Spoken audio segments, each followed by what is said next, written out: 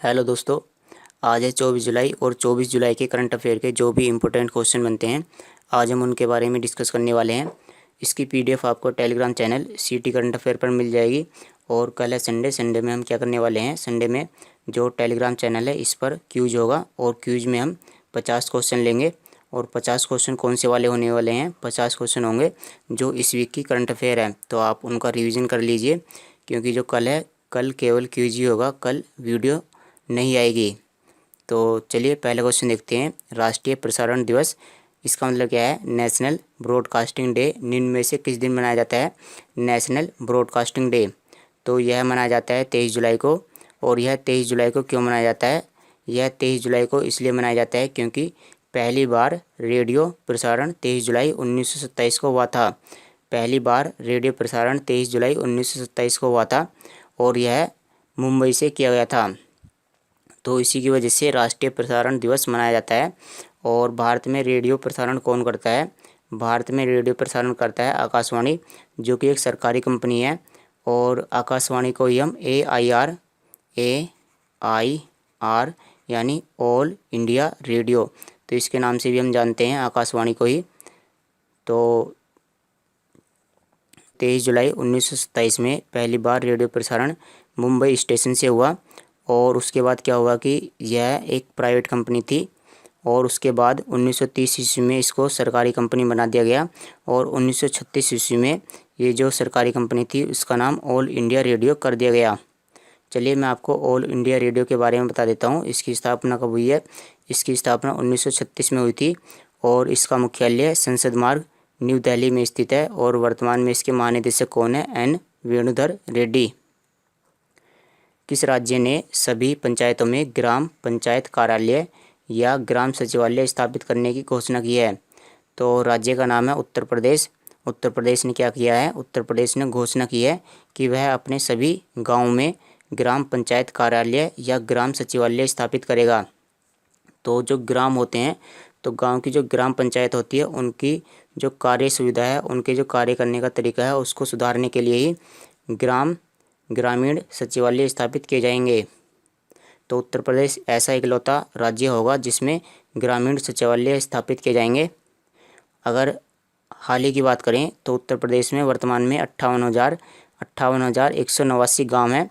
तो इन सभी गाँवों में ग्रामीण सचिवालय स्थापित किए जाएंगे। चलिए अब उत्तर प्रदेश के बारे में जान लेते हैं। तो उत्तर प्रदेश की राजधानी है लखनऊ। यहाँ के मुख्यमंत्री हैं योगी आदित्यनाथ और यहाँ के राज्यपाल हैं आनंदीबेन पटेल। यह 8 राज्यों के साथ में अपनी सीमा साझा करता है। आप इनके बारे में यहाँ पर देख सकते हो। और यह देश का ऐसा इकलौता राज्य है जो 8 राज्यों के साथ में अपनी सीमा साझा करता है। The stranger in the mirror किसकी आत्मकथा है? The stranger in the mirror, तो मिरर का मतलब शीशा, शीशे में स्ट्रेंजर, तो यह आत्मकथा है राकेश ओम प्रकाश मेहरा की। राकेश ओम प्रकाश मेहरा जो कि एक फिल्म निर्माता और डायरेक्टर हैं। तो आप यहाँ पर देख सकते हो राकेश ओम प्रकाश मेहरा।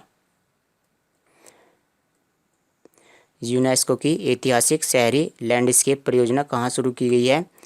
ऐतिहासिक शहरी लैंडस्केप परियोजना, अगर इसको हम इंग्लिश में कन्वर्ट करें तो इसका इंग्लिश में मतलब होगा historic urban landscape project scheme. तो यह योजना भारत के भोपाल के ग्वालियर और ओरछा शहर में की गई है। जो भोपाल के 2 शहर हैं, ग्वालियर और ओरछा, इन दोनों में ऐतिहासिक शहरी लैंडस्केप परियोजना शुरू की गई है। और इसका मतलब क्या होता है इसके बारे में भी समझ लेते हैं। आप यहाँ पर देखिए, यूनेस्को सहेजेगा ग्वालियर और ओरछा की धरोहर। धरोहर का मतलब क्या है? जैसे यहाँ पर कोई भी पहले से ही ऐतिहासिक इमारतें हैं तो उनको वो नष्ट नहीं होने देगा, उनको वो संरक्षित करेगा। तो यह योजना ग्वालियर और ओरछा में शुरू की गई है। और इसके बारे में अन्य बातें जान लेते हैं। जैसे यह योजना 2011 में शुरू की गई थी यूनेस्को के द्वारा। और इसका मतलब यही है कि जो इसकी विरासत है उसको ये संरक्षित करेगा। चलिए मध्य प्रदेश के बारे में जान लेते हैं। तो इसकी राजधानी क्या है? भोपाल। यहाँ के मुख्यमंत्री हैं शिवराज सिंह चौहान और यहाँ के राज्यपाल हैं मंगू भाई छगन भाई Patel. National institute of design की सह संस्थापक कौन है जिनका हाल ही में निधन हो गया है? नेशनल इंस्टीट्यूट ऑफ डिज़ाइन, तो इसकी जो सह संस्थापक हैं यानी इसका जो निर्माण किया गया है वो किसने किया है? वो किया है गिरा साराभाई ने। तो ये जो गिरा साराभाई हैं ये डॉक्टर विक्रम साराभाई की बहन है। डॉक्टर विक्रम साराभाई की ये कौन है? बहन है। और ये जो डॉक्टर विक्रम साराभाई हैं ये इसरो के संस्थापक हैं। इन्होंने इसरो की स्थापना की है, इंडियन स्पेस रिसर्च ऑर्गेनाइजेशन। इसकी स्थापना डॉक्टर विक्रम साराभाई के द्वारा की गई है। और उन्हीं की बहन कौन है? गिरा साराभाई, जिन्होंने नेशनल इंस्टीट्यूट ऑफ डिज़ाइन की स्थापना की है। तो ये क्वेश्चन इसी की वजह से इम्पोर्टेंट हो जाता है। Bank with a soul Equitas नामक पुस्तक के लेखक कौन है? Bank with a soul Equitas. तो इस पुस्तक के लेखक हैं C.K. गेरियाली। C.K. गेरियाली इस पुस्तक के लेखक हैं, डॉक्टर C.K. गेरियाली। और इस पुस्तक का विमोचन किसने किया है? इस पुस्तक का विमोचन RBI के पूर्व गवर्नर सुब्बाराव ने किया है। तो यह क्वेश्चन इसी की वजह से इम्पोर्टेंट हो जाता है। जो RBI यानी रिजर्व बैंक ऑफ इंडिया है उसके जो पूर्व गवर्नर हैं दुव्वूरी सुब्बाराव, उन्होंने इस पुस्तक का विमोचन किया है, यानी इस पुस्तक का प्रचार प्रसार किया है। सिक्किल आर भास्करन। सिक्किल आर भास्करन किससे संबंधित है? तो ये संबंधित है वायलिन वादक से। आप यहाँ पर देख सकते हो ये वायलिन वादक हैं। और इनको हम क्यों पढ़ रहे हैं? क्योंकि इनका हाल ही में निधन हो गया है, सिक्किल आर भास्करन का, और ये कर्नाटक के रहने वाले हैं। पेरू में चल रहे पैरा स्पोर्ट कप में 10 metre air pistol para event में किसने स्वर्ण पदक जीता है? तो इसका आयोजन जो है पेरू देश में किया जा रहा है। और पेरू कहाँ पर स्थित है? पेरू साउथ अमेरिका में स्थित है, यानी यह दक्षिण अमेरिका महाद्वीप का देश है। और इसमें पैरा स्पोर्ट कप का आयोजन किया जा रहा है। और इसमें 10 metre air pistol para event में स्वर्ण पदक जीता है रूबीना फ्रांसिस ने। और इस स्वर्ण पदक के साथ ही इन्होंने एक वर्ल्ड रिकॉर्ड बना दिया है, क्योंकि इन्होंने 238.1 अंक हासिल किए हैं। और इतने अंक हासिल करके इन्होंने जो तुर्की की खिलाड़ी हैं उनका इन्होंने जो पहला पुराना रिकॉर्ड है उसको तोड़ दिया है। 21 MiG-29 लड़ाकू विमान कौन सा देश भारत भेजेगा? तो ये जो MiG-29 लड़ाकू विमान है इनको रूस के द्वारा बनाया गया था, और जो रूस है इनको भारत भेजेगा। यह रूस की टेक्नोलॉजी है। और भारत और रूस के बीच में 2020 में यानी पिछले साल ही MiG-29 लड़ाकू विमान के लिए समझौता हुआ था। और ये जो MiG-29 लड़ाकू विमान है इसको किस कंपनी के द्वारा बनाया गया है? इसको बनाया गया है मिकोयान डिजाइन ब्यूरो के द्वारा। चलिए रूस के बारे में जान लेते हैं। तो यहाँ की राजधानी है मॉस्को, और यहाँ की मुद्रा क्या है? रूसी रूबल। और यहाँ के राष्ट्रपति कौन है? Vladimir Putin. और रूस के प्रधानमंत्री हैं मिखाइल मिशूस्तिन। द्वारा ई डेयरी ने किसके साथ पशु बीमे के लिए समझौता किया है? तो द्वारा ई डेयरी ने IFFCO Tokyo journal insurance company limited के साथ में समझौता किया है। और समझौता किस लिए किया है? क्योंकि देखो डेयरी में क्या किया जाता है? डेयरी में पशुपालन किया जाता है। तो जो डेयरी के पशु होंगे उनके बीमे के लिए इस कंपनी के साथ में समझौता किया गया है। और मैं आपको एक चीज़ बताता हूँ, जैसे डेयरी है और डेयरी में इस तरह से मान लेते हैं यहाँ पर केवल और केवल 2 ही पशु हैं। यहाँ पर कितने पशु हैं? यहाँ पर केवल 2 ही पशु हैं। और डेयरी ने इस दूसरे वाले पशु को क्या करा लिया? इस दूसरे वाले पशु का बीमा करा लिया, इसका इंश्योरेंस करा लिया, इसका बीमा करा लिया। तो अब कुछ दिन बाद होता क्या है कि ये जो पहला वाला पशु है यह बीमार पड़ जाता है, यह पड़ जाता है बीमार। और अब आप ये बताइए कि जैसे द्वारा ई डेयरी ने यह कहा कि जो हमारा पशु है वह बीमार हो गया है और इसके इलाज के लिए आप पैसे दीजिए। तो आप ये बताइए कि जो इंश्योरेंस कंपनी है वह कैसे पहचानेगी कि इसने इस दूसरे वाले पशु का बीमा किया है? उसके लिए तो दिक्कत आ जाएगी, क्योंकि जो पशु होते हैं वो तो देखने में एक से ही नज़र आते हैं, और जो डेयरी होती है उसमें तो बहुत सारे पशु होते हैं। तो वह कैसे पहचानेगी कि उसने जो केवल दूसरे वाले पशु का बीमा किया है? तो पशुओं को पहचानने के लिए ही एक टेक्नोलॉजी इस्तेमाल की जाती है। या तो आप देखो इस तरह से यहाँ पर कान में इस तरह से यहाँ पर कुछ इसका पट्टा सा लगा है, आप इस तरह से लगा सकते हो।